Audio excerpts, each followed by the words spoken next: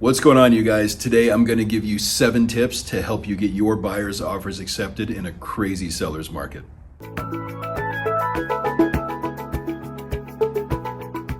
Okay, you guys, so before we get into all that, if you don't know me, my name is Harvey. I'm the broker here at Lifetime Realty in Orange, California. If you like what you're seeing, make sure you hit the subscribe button down below and always hit that notification bell so you get our new content every week. Okay, you guys, tip number 1. Always communicate with the listing agent before you submit your offer. Never send in a blind offer to a listing agent. Take the time to call them up front, find out what's important to their seller, what their seller's looking for in an offer, and if they'll let you, find out a little bit about what their seller's goals are so that you can make sure that your offer is as strong as possible so you guys have a shot at getting accepted. Okay, tip number 2, always coordinate with your vendors before you submit your offer. What I mean by that, talk to your buyer's lender, see how quickly they can get the loan approval done. Talk to your inspectors and your other property vendors to see how soon they can get out on site so that you can write an offer with the shortest, most aggressive terms as possible. That'll give you a way better chance of being attractive to a seller when they're trying to review offers. All right, you guys, tip number 3, coordinate with your buyer's lender to see if you can waive the appraisal up front. If your lender is able to waive the appraisal based on your buyer's loan, you guys can write a much more aggressive offer by removing the appraisal contingency up front with the offer. That's going to make your offer look so much stronger in the eyes of the seller and give you a much better chance of getting accepted. Okay, you guys, tip number 4, train your buyers to shop a little bit below the top of their budget. If you can get in the habit of submitting offers at about 90% of their budget, you'll have room for multiple offers and rebids. Anytime we're in a very heavy seller's market where you're up against a lot of other buyers, the chances of receiving a counteroffer on your first offer is very high. You want to be able to have a little bit of money left over to raise your offer if your buyers really, really want that house. By shopping a little bit below their budget, they'll always have a little bit of wiggle room to spend a little bit more money and lock in the house they really, really want. Okay, tip number 5, consider including an escalation clause with your offer. What do I mean by that? Well, let's say you're shopping for a house that's $500,000. Maybe your buyers have a budget of $515,000.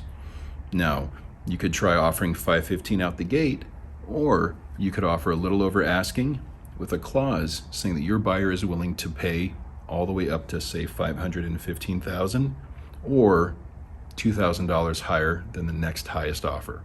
This creates a bid situation so that your clients are able to rebid on the house or beat the highest offer but still be within their budget.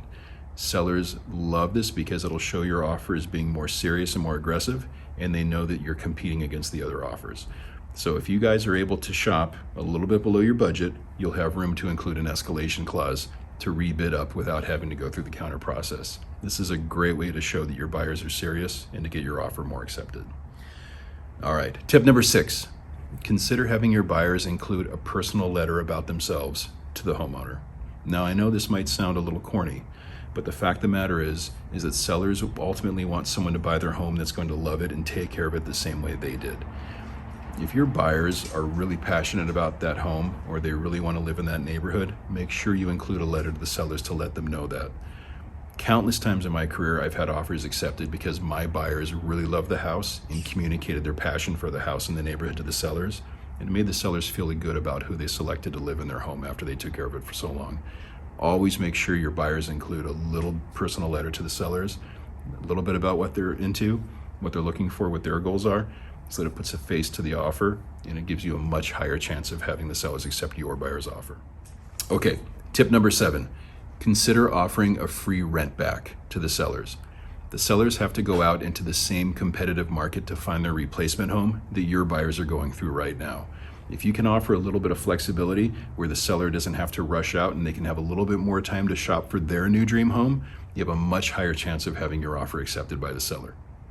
All right, you guys, thank you so much. If you like what you see, make sure you smash that subscription button down below.